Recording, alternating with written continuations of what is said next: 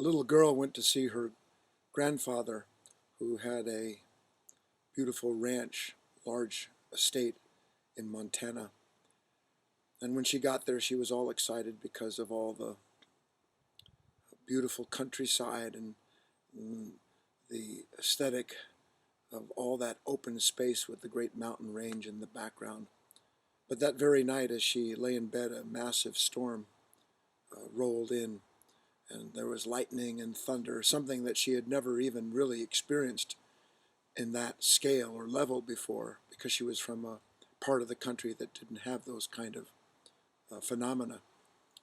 And she was terrified, and her grandfather suspected so and came into the bedroom where the little girl was laying in her bed with the sheets pulled over her head and said, "Come with me, sweetheart. I want to show you something." And he took the little girl into the living room in front of a large plate glass window that looked out on the open range. And he sat her on his lap and said, "Let's see what happens." And the two of them watched this storm. And at first, with each lightning blast and great shock of thunder rolling through the sky and into the room, she'd tremble and become frightened.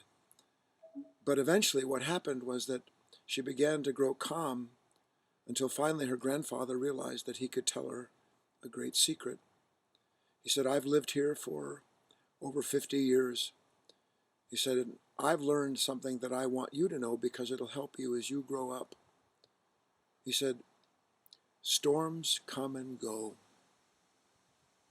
Every storm passes." He said, "This one will pass too." And he said, "Tomorrow you and I will have a grand old time because we'll go out and we'll see everything that the storm has made new." And sure enough, the next day they got up, and there was the whole countryside washed clean. A whole new world, a panorama of positive changes had taken place because of that very punishing storm the same evening.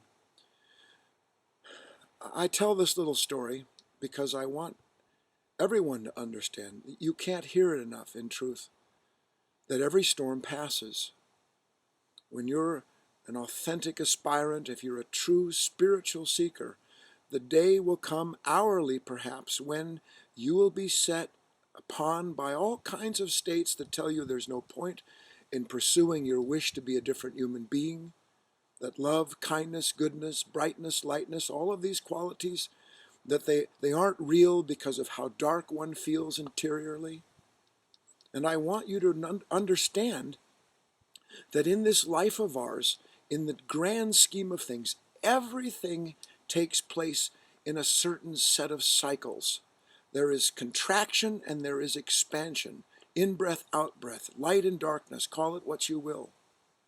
And until a person really understands that their interior life is in one respect subject to these vacillations of feeling open and good and then closed and dead to life, they will take the movement of these conditions to be the same as the whole of their consciousness.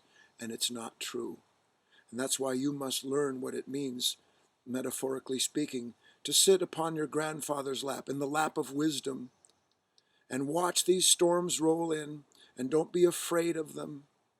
Understand they will pass if you will stay true to your understanding of these greater cycles and of what it means to you in your work to become more and more conscious.